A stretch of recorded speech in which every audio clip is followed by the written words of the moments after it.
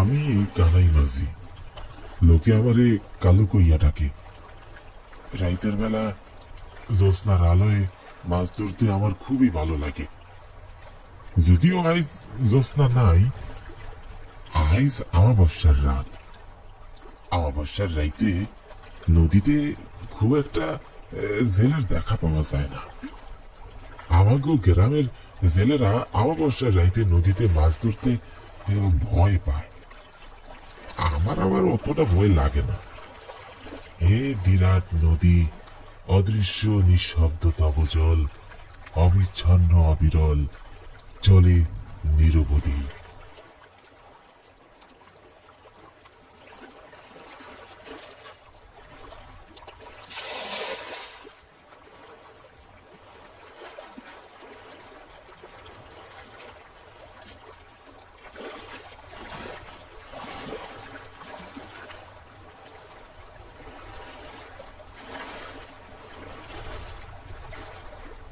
কি এ আমি কি দেখতাছি?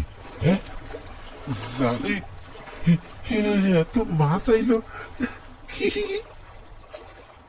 আমি আনন্দিত হইয়া নৌকা নিয়া আরেকটু সামনে গেলাম।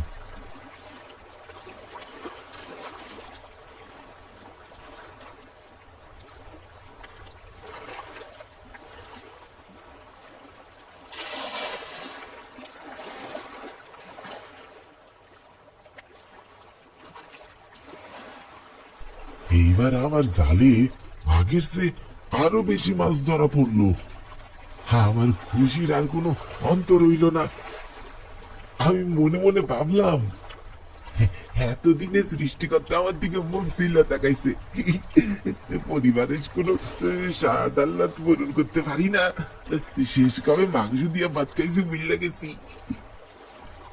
আমি এইসব ভাবতে ভাবতে নাও নিয়ে আরেকটু সামনে গেলাম।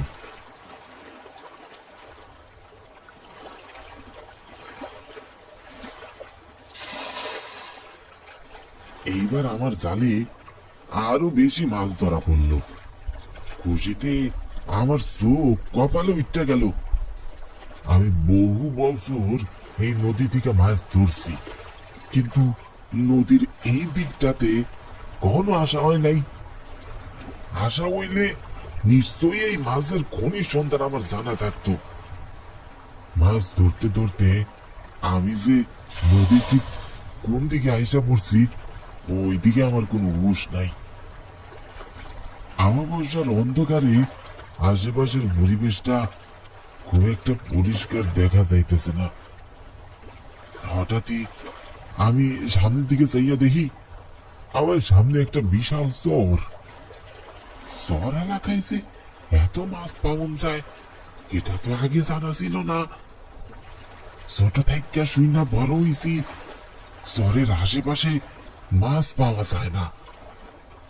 আমি আবারও নদীতে জাল ফেললাম, আর এইবার আমার জালে আরো অনেক বেশি মাছ উঠল। মাছের নেশায় আমি আকৃষ্ট হইয়া গেছি। কোথা থেকে এত মাছ আইতাছে এই চিন্তা আমার মাথায় একবারও উদয় হইল না। খুশিতে আমার মন টকবক টকবক কইরা লাফাইতাছে। হঠাৎই আমি আমার কানে একটা আর্তনাদ চিৎকার শুনতে পাইলাম। বাঁচাও, বাঁচাও, বাঁচাও, বাঁচাও। ভয়ে আমার বুকের ভিতর কেমন একটা মোচড় দিয়ে উঠল। এই নির্জন অন্ধকার রাইতে কে এমন কইরা চিৎকার করতেছে? শুনছি রাইতের বেলা নাকি নদীতে ডাকাতি হয়, কিন্তু আমার মনে হইল আওয়াজটা চরের ভেতর থেকে আসতেছে। বাঁচাও, বাঁচাও, বাঁচাও, বাঁচাও। আমি এইবার পরিষ্কার বোঝা যাইতেছে আওয়াজটা চরের ভেতর থেকেই আসতেছে, কিন্তু এই চরের পরিবেশ দেখে তো মনে হয় না যে এখানে কোনো লোকজন বাস করে। তাহলে চিৎকার কেরা করতেছে? আমি বুঝে উঠতে পারতেছিলাম না যে আমার তখন কি করা উচিত। নৌকা থেকে শহরে নামার সাহস পাইতেছিলাম না। আমার নৌকা নিয়ে সেইখানে থাইকা পালাইয়া যাওয়ার মতন কাপুরুষ আমি না। আমি কিছু বুঝে ওঠার আগেই আবারও চিৎকার শুনতে পাইলাম। বাঁচাও, বাঁচাও, বাঁচাও, বাঁচাও। আমি আর চুপ কইরা নৌকায় বসে থাকতে পারতেছি না। হয়তো চরের মধ্যে কোনো মানুষ বিপদে পড়ছে, আমার তারে সাহায্য করা উচিত। তাই আমি নৌকা থেকে চরে নাইমা গেলাম। যদিও আমার খুব ভয় করতেছিল, তাও এক পা দুই পা কইরা চরের ভিতরে হাঁটতে লাগলাম। কিন্তু আমি আশেপাশে কিছুই দেখতে পারতাছিলাম না। আমি অবাক হইয়া গেলাম, এতক্ষণ এত চিৎকার তাহলে করলোটা কারা? আমি কি ভুল শুনলাম? তখন হঠাৎই আমার একটু দূরে চোখ গেল। আমি দেখলাম চুল সারা একটা মাইয়া কিছু একটা উপর করে খাইতেছে। এইবার অন্ধকার চরের মধ্যে একা একটা মাইয়া দীক্ষা প্রথমে একটু ভয় পাইতেছিলাম, কিন্তু তারপরও মনে একটু সাহস কইরা মাইয়াটার দিকে আগাইয়া গেলাম। আমার মনের ভিতরে কেমন জানি খুব ডাক ডাকতেছে। বারবার মনে হইতাছে আমার আগাইয়া যাওয়া ঠিক না, আমার সাথে খারাপ কিছু হইব। কিন্তু তাও আমি মাইয়াটার কাছে আগাইয়া গেলাম। কৌতূহলী হইয়া আমি তারে কইলাম, শুনছেন, আপনি এই অন্ধকার চরে একা একা কি করতেছেন? মাইয়াটা মাথা তুইলা যখনই আমার দিকে তাকাইলো, তখন আমি কোনো কথা কওয়ার শক্তি পাইলাম না। আমি ভয়ে চিৎকার দিতে চাইতাছি, কিন্তু আমার গলা দিয়ে কোনো আওয়াজ বের হইতেছে না। আমি দেখলাম মেয়েটার দুই চোখ লাইটের মতো চলতেছে, মেয়েটার মুখ দিয়া রক্ত গড়াইয়া পড়তেছে, হাতের নখে মানুষের মাংস লাগিয়া আছে, আর মাইয়াটার সামনে একটা মৃত লাশ পড়ে আছে।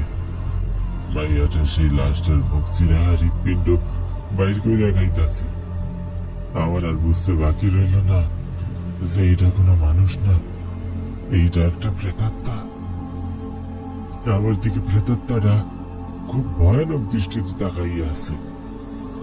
মনে হইতেছিল যেন এখনই আমারে দইরা আমার বুক চিরা খাইব। ভয়ে আমার হাত পা তরতর করে কাঁপতেছিল।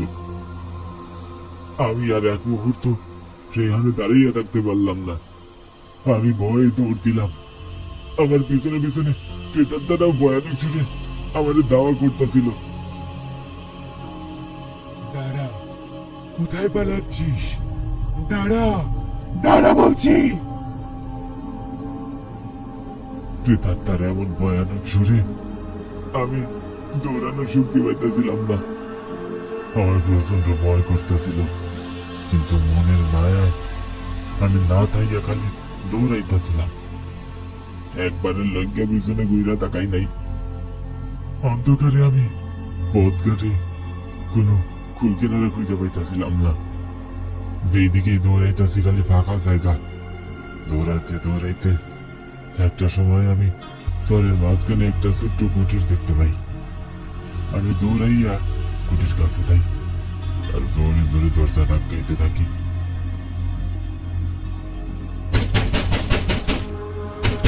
কেউ আসো, দয়া করে কেউ আসো, দরজা খুলো, দরজা খুলো।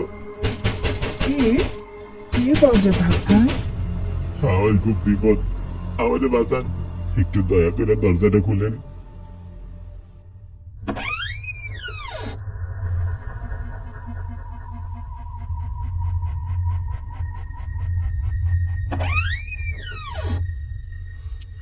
কে?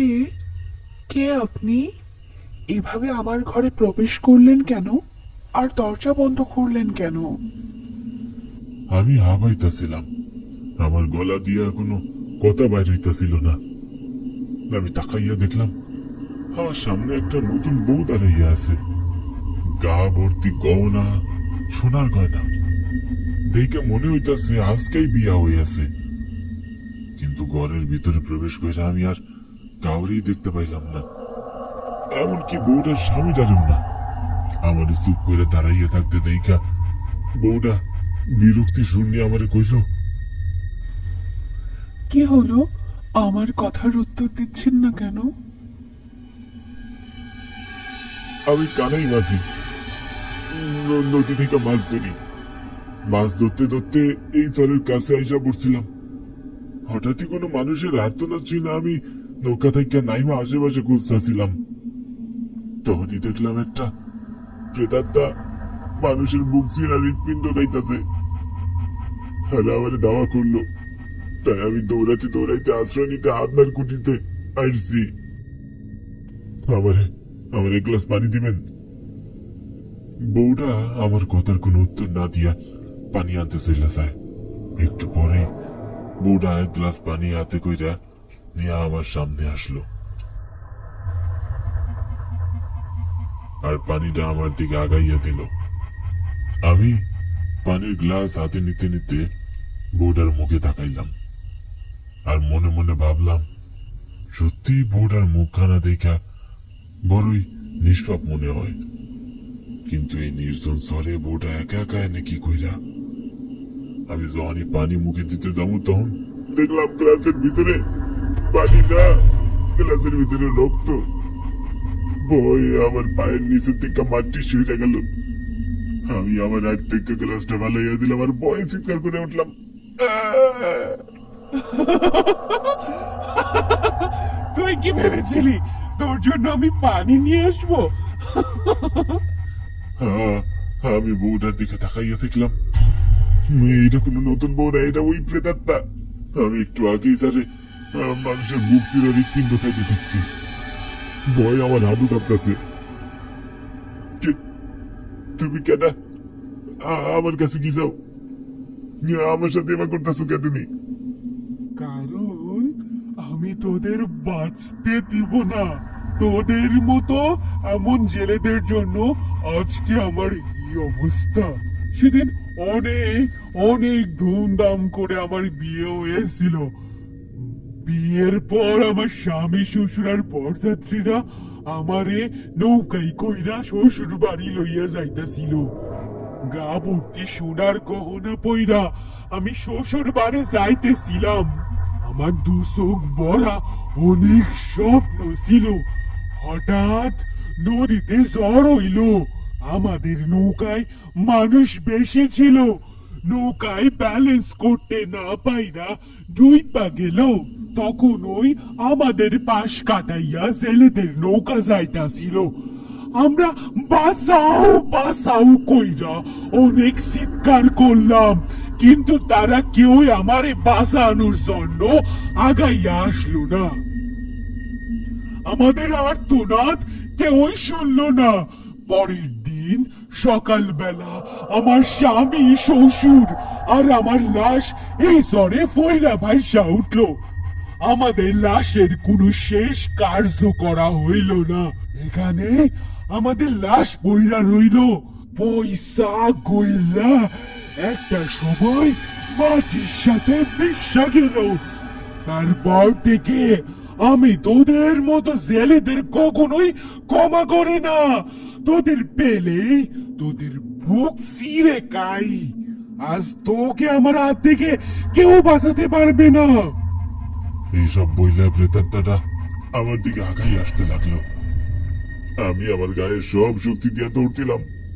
প্রেতাত্মাটাও ভয়ানক ছুড়ে আমায় ডাকতে ডাকতে আমার পিছনে দৌড়াইতে লাগলো। এই দাঁড়া দাঁড়া বলছি, আজ তোকে আমার হাত থেকে কেউই বাঁচাতে পারবে না। দাঁড়া।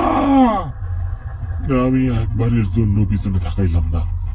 প্রাণের ভয়ে শুধু দৌড়াতে থাকলাম, একটু থামলাম না। এমন সময় আমি আমার কানে আজান শুনতে পাইলাম। তারপর আমার আর কিছুই মনে নাই।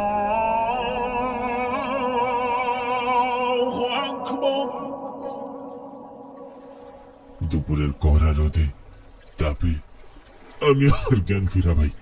আমি দেখলাম আমি নদীর তীরে চরে পড়ে আছি, আর আমার সামনে আমার নৌকাটা বইরা আছে। চরটা পুরাপুরি ফাঁকা। চরের কোথাও কোনো কুটির দেখা যাইতেছে না।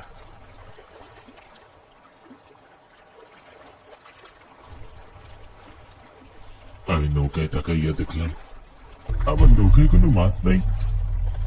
আমি তাড়াহুড়া কইরা আমার নৌকায় উঠলাম আর জোরে জোরে বইটা বইতে লাগলাম। এরপর থেকে আমি আর কোনোদিন রাইতে মাছ ধরতে চাই নাই।